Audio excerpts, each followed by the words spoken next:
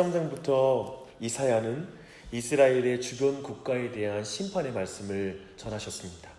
그리고 이제 22장은 다시 예루살렘으로 돌아와 유다를 향한 심판의 메시지를 선포하는 게 오늘 본문입니다. 22장 1절을 보면 환상의 골짜기, 비전의 골짜기가 등장합니다. 예루살렘에 실제로 이 환상의 골짜기가 있었는지 우리는 정확히 알 수 없지만 본문에서는 예루살렘을 가리키는 말로 이 말씀이 사용되고 있습니다. 초반의 내용은 뭐냐면요, 하나님을 알고 그 기회를 가지고 있다는 사실이 그들을 하나님 앞에서 경건하고 겸손한 삶으로 인도하지 않는다면 여호와께서 더 가혹한 심판을 내릴 것이다 라는 게 초반의 내용입니다. 유다의 상황이 어떻길래 이 말씀을 하시는 것일까요? 2절 보겠습니다. 예루살렘은 흥청망청 떠들어대고 즐거워하던 성이었습니다. 또 13절 보니까요, 그들은 소와 양을 잡고 포도주로 잔치를 벌이면서 말하기를 이렇게 말합니다. 내일 죽으리니 먹고 마시자 라고 말합니다. 내일 죽으면 주님도 의지해야 될 텐데 내일 죽으니까 먹고 마시자. 지금 이 상황이 어떤 상황일까요? 이것은 히스기야 왕 때 예루살렘 성에서 벌어졌던 한 사건과 관련이 있습니다. 히스기야는 경건한 왕이었어요. 하지만 온 백성을 경건한 길로 다 인도하지는 못했습니다. 왕하 18장을 보면 그래서 아수르의 사네립 왕이 예루살렘에서 30마일쯤 떨어져 있는 그 거리에 있는 라기스를 정복하고 전에는 한 번도 점령하지 못했던 예루살렘을 공격한 사건이 나옵니다.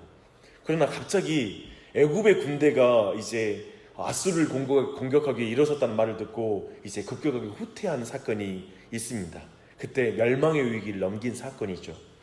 유다 백성들이 이 사건을 통해서 무엇을 배웠을까요?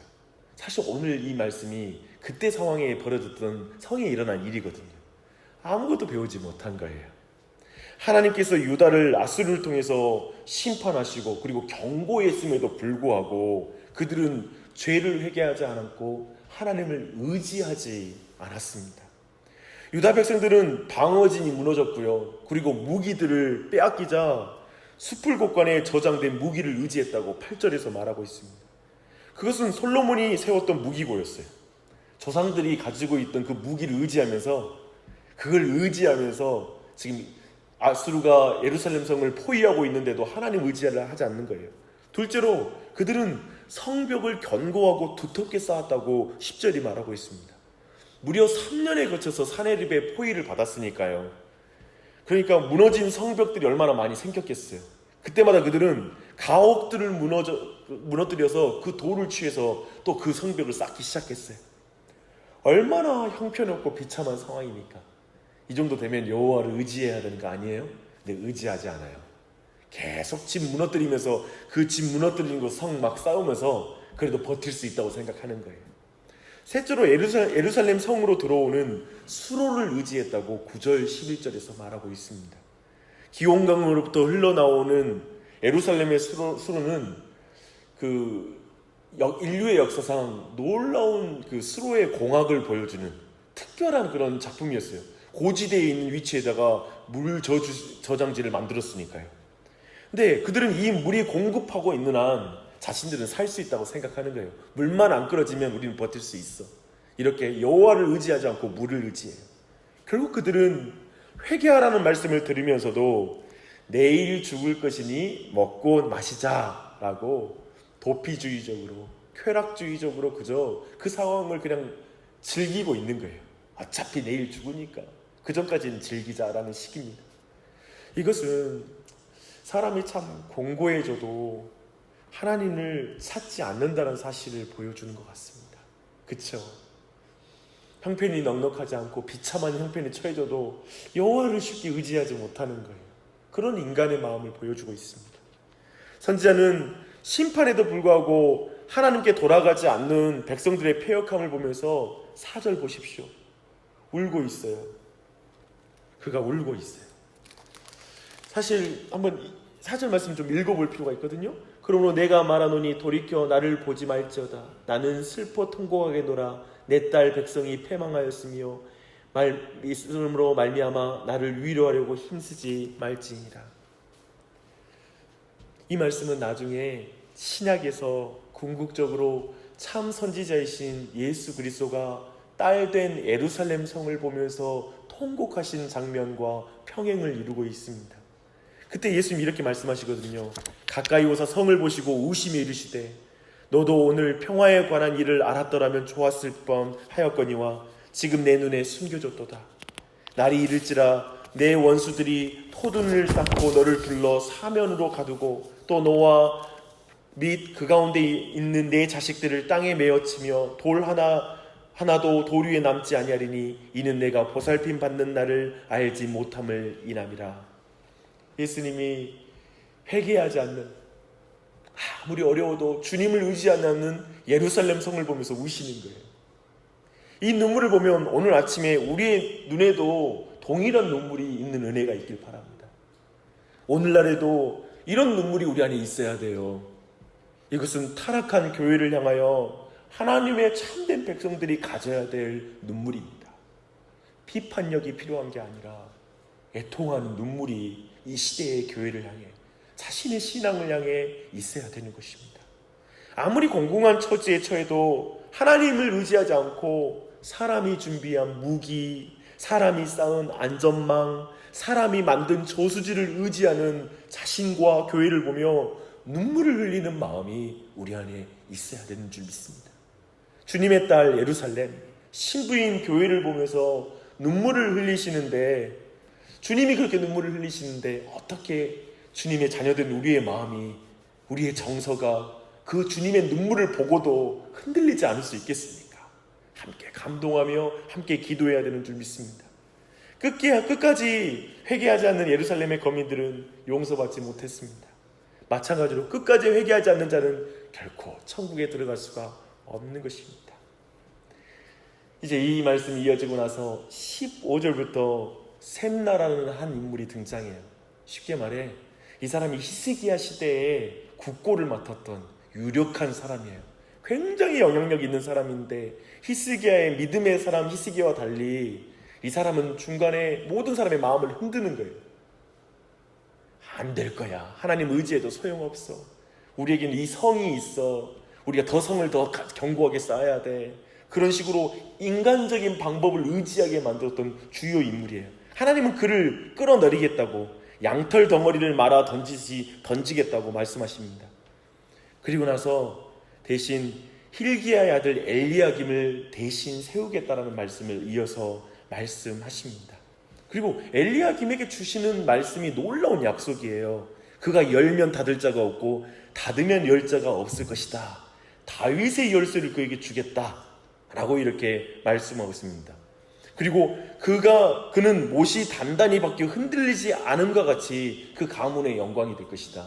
여기에서 그 못은 뭐냐면 텐트를 칠 때 텐트를 고정해주는, 그래서 그 집을, 그의 가문을 견고하게 하는 자가 될 것이다 라고 말씀하고 있습니다. 아마도 엘리야김이 자기 가족들을 요직에 세울 것이다 라는 말씀이겠죠. 하지만 25절 보니까요, 이 영광도 한시적이에요. 엘리야김은 한시적으로 영광을 누리고 결국 실패한다는 걸 보여줍니다. 하지만 그가 드러내는 실제이신 메시아는, 우리 구주 예수님은 결코 실패하지 않는 영원한 영광의 왕이십니다. 하나님이십니다. 그분이야말로 다윗의 열쇠를 가지고 열면 닫을 사람이 없고 닫으면 열 사람이 없는 분이십니다. 이게 계시록 3장 7절 8절에서 이걸 직접 인용을 해요. 이 말씀을 이렇게 말합니다. 7절부터 11절까지 제가 읽어드릴게요. 빌라델비아 교회의 사자에게 편지하라. 거룩하고 진실하사 다윗의 열쇠를 가지시니 곧 열면 닫을 사람이 없고 닫으면 열 사람이 없는 그가 이르시되, 볼지어다 내가 내 앞에 열린 문을 두었으되 능히 닫을 사람이 없으리라. 내가 내 행위를 아노니 내가 작은 능력을 가지고서도 내 말을 지키며 내 이름을 배반하지 아니하였도다. 사람들은 힘든 일이 닥치고 고난이 닥치면 능력 없는 걸 되게 애통해해요. 무기를 좀 더 준비해 둘걸. 내가 그러면 이 위기를 잘 벗어날 것 같은데. 내가 좀 성을 더 두껍게 쌓아야 되는데, 좀 비싼 보험을 들어놓을 걸. 그러면 이 상황 내가 더 쉽게 넘어갈 수 있었을 텐데. 저수지의 물을 더 받아둘 걸. 내가 더 받아뒀으면 좀 더 이 기근을 이겨나갈 수 있었을 텐데 라고 생각합니다. 그것의 허망함을 성경은 샘나를 통해서 보여줍니다. 영원하지 않다. 유다의 역사를 통해서 알 수 있고요, 우리의 인생을 통해서 알 수 있어요. 오늘 계시록 말씀 보니까요, 빌라델비아 교회는 작은 능력을 가지고 예수님의 말씀을 지켰고 예수님의 이름을 배반하지 않았다 라고 말합니다. 그리고 인내의 말씀을 지켰다 라고 말씀하고 있습니다. 어떻게 지켰을까요? 돈으로요? 무기로요? 저수지로? 그리고 성을 힘써 쌓아서? 자기를 의지해서? 아니요. 열고 닫을 자가 없는 예수 그리스도를 의지함으로, 예수님 붙잡음으로 그 위기 넘어간 거예요. 여러분의 인생을 한번 주목해 보십시오. 주님 의지하지 않는 인생의 공허함을, 불안함을 아시지 않습니까?